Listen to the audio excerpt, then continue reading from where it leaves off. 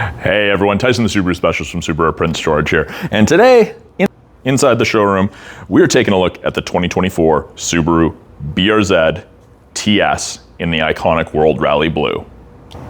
TS stands for Tuned by STI. So as you'd imagine, this is a more performance-based version of the BRZ. This is the only rear-wheel drive offering from Subaru and the only two-door offering from Subaru. Very sporty looking car. I actually think the front end looks quite like a Porsche.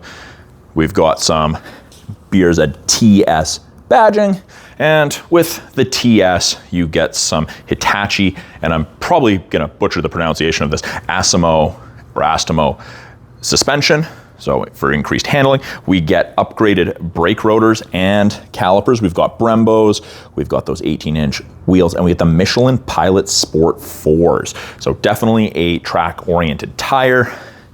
We get some cherry blossom red BRZ decaling. I don't know if I'd call it a decal, I guess badging. Got these nice, sleek headlights. Now these are just the marker lights on. I'll show you what they look like with the headlights on in a little bit, but I do quite like the front end of the new BRZ. It's powered by a 2.4 liter naturally aspirated boxer engine. You get 228 horsepower and 184 pounds-feet of torque. So they have changed the torque curve. That was a complaint on the previous gen. These are a blast to drive. Despite being rear-wheel drive, you do get a Torsen rear limited slip differential to help keep traction where it belongs. Take a look at the car. It's very, very sporty. Integrated duckbill spoiler on the trunk. But overall, a ridiculously sporty looking car. One of my favorite personal cars to drive. Not in today's weather with all the snow we're getting out there, but a blast to drive regardless. So I'll show you under the hood here. And just like every Subaru, after the hood is popped, put your hand in to the right of the Subaru logo, move from right to left, and you're just moving that right there from right to left. So that's the 2.4 liter naturally aspirated boxer engine. Now this is built in combination with Toyota, so you do see Toyota D45 Boxer Subaru on there. I think the first thing I thought when I first popped the hood on one of these is that looks like a face hugger from Alien. Tell me if you see that. Let me know if I'm wrong. And pretty much everything in yellow is what the average consumer is going to be touching during their ownership. Brake fluid, coolant, oil, still top mount oil filter. They made the battery easy to access over there. Very, very easy. Now to close this, I don't like to put my hand on it and push down, so I just like to drop it. Nice solid thud. When I push down on them, it feels like I'm going to break it, and I don't like that feeling. But yeah, they're a sharp looking car. We've got a black painted shark fin antenna, heated rear window, and interestingly enough in the TS, we get heated mirrors, which is something that I didn't think would be needed or that we'd see, but it's there nonetheless. Fuel door is tied to the driver door. There's no fuel door release. If your driver door is locked, that's locked. Driver door is unlocked, that's unlocked. And they want you running premium in this, just so you know. Tail lights. I do have a lot of people tell me they look like a Civic, and I don't think they're wrong, but I think the back end of the car is a very attractive car. We've got dual exhaust tips down there, third brake lights down there. To pop this open, so long as you have your key on your person, touch the button, up it goes. We've got our backup camera right there. And there's a surprisingly large amount of room in the trunk of the BRZ. Like, there's a lot more room than people expect underneath here. Well, owner's manuals are still in the trunk, but we've got our fix-a-flat kit, our eye bolt, our tools, our jack. So save weight, you get a fix-a-flat kit. Now, those second row seats do fold down, and I will show that to you guys, but you can actually fit a full set of track tires on wheels in the trunk of the BRZ. And there's room for a floor jack if you want that too. Show you that. If you ever manage to get yourself stuck in the trunk, there is a glow-in-the-dark trunk release. I'm actually gonna leave that open for now. I'll show you. The second row is kind of small. You can see through there. I know there's some reflection, but you can see through there. Depending how far back the front seats are, you may fit some groceries or a child seat where their feet aren't dangling. This seat is set back as far as I would sit, and I'm a fairly tall person, so depending how you sit, passengers may be able to fit more comfortably. So we've got that switch right there.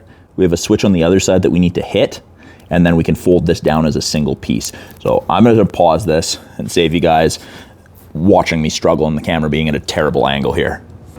And it's down. And that dramatically increases the amount of storage here. I've had several people bring their golf clubs along and make sure they fit, but you can fit full 4-size stock tires in the back here. So anything this size with rims, you can fit in the trunk, and you can take to a track day if you have specialized track tires. We've got this, you run your seatbelt through, just if you're never gonna go in the second row, that is nice. The seat itself, it's a bucket seat. There's a lot of bolstering in here, and no matter the outside color, you do get that blue stripe. There is some blue in the perforations, and of course we get the blue stitching on the bolsters. Very, very comfortable seats. They hold you very well when you're cornering tightly. Seat is also height adjustable on a pump system, and I'm gonna have it all the way to the floor because it is a low headroom car. It goes down quite far. I didn't have it all the way down before. Now, you can't really see it in here, unfortunately, but there's 2 indents here, and the idea, you can see it here. It bumps, it dips, it bumps. That is supposed to be so you can wear helmets while driving the car. So if you're at an autocross event, track event where they require helmets, should hopefully be able to fit better. That's the idea behind that. Door card is soft touch armrest, blue contrast stitching, bottle holder. We've got 2 auto windows and a window lock. You've got your power mirror adjustment. By the driver's left knee, we have a scroll wheel for the brightness of the gauges. We have trunk release. We have the aluminum pedal covers with the rubber grippies. They're blue because we haven't pulled the plastic off those yet. And you do get an SRS knee airbag right there. Now, getting into the car is definitely a step down, so not everyone is going to enjoy getting in and out. You can see what doors are open. The trunk's open right now. Inside, leather wrap steering wheel. Left-hand side, we've got our Bluetooth and audio controls. We can switch from AM to Bluetooth to USB to auxiliary, etc. Right-hand side, we have a menu, or adaptive cruise buttons, voice commands, cruise control. So this is the Toyota style cruise control that we have. Now, I'm not gonna turn it on fully because we're inside, but we do get the STI push button start. So we're just gonna tap it once, twice, and everything comes to life. Of course, there's gonna be some lights on because we have it turned to accessory, so that's not all operating. But we have several different screens we can navigate through with the buttons on the right-hand side. Different information, G-force meter, accelerator. You can see your power band. Set your own lap, stopwatch. That's pretty cool. I like the whole digital gauge. You always have a digital speedometer. You always have your tach, temperature, fuel. This one just came in, so they obviously didn't fuel it, especially with the weather that we've got going on out there. Michelin Pilot Sport 4s are not for, they're not designed for snow. Now, that's using this. We have the distance marker. So what that is all of the manual transmissions in Subaru's lineup, the BRZ, the WRX, they now get Subaru's eyesight. So we've got the cameras scanning for pedestrians, road lines, cyclists, other vehicles, automatic emergency braking, adaptive cruise. You get that safety stuff now, which of course you can turn off for the track and everything, but it is nice for daily driving. An interesting design choice that I think they made, we've got these circular vents, which I'm quite a fan of actually. And then we've got rectangular vents and more circle vents. So I do like these side ones. I think they're very functional, vents out of here. But I think it's an odd choice to have different shaped vents. Again, that's a personal thing, but you guys let me know what your thoughts are. Now, we have this screen.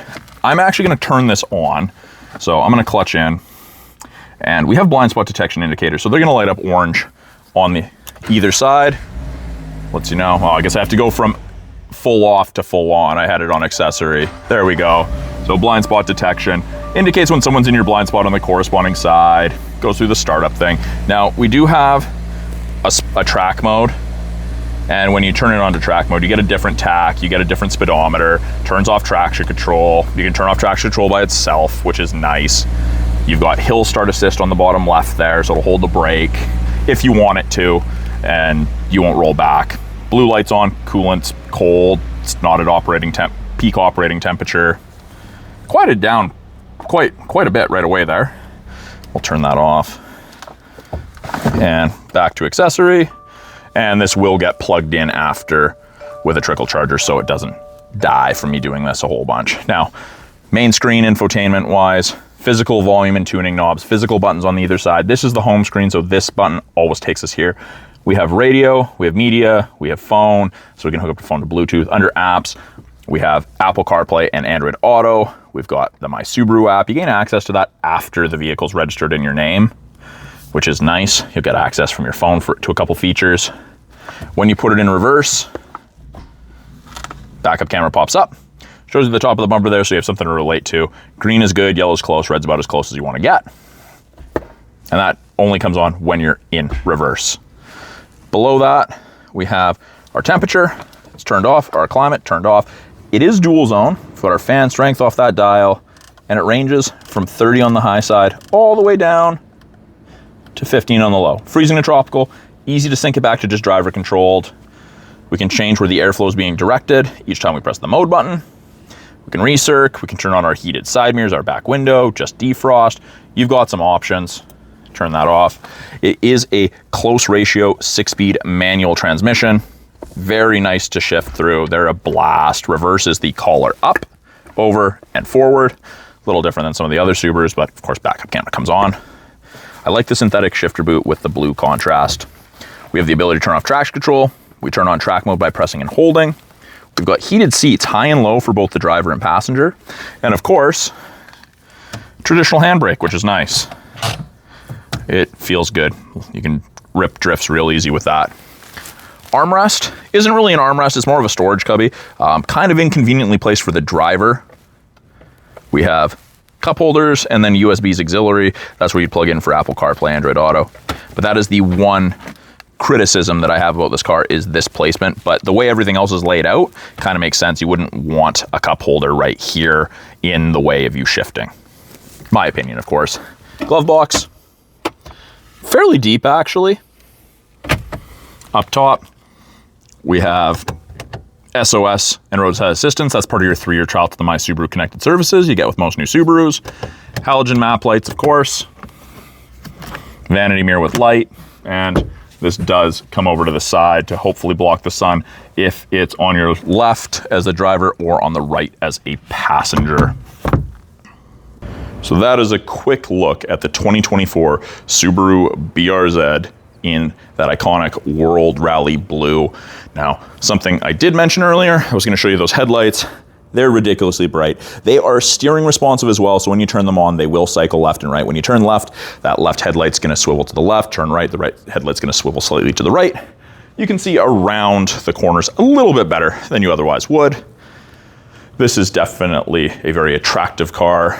The only 2-door rear-wheel drive car Subaru makes. Definitely performance oriented with the TS trim. And the TS is only available in a 6-speed manual transmission. The Sport Tech, a step under, you can get with a 6-speed automatic as well.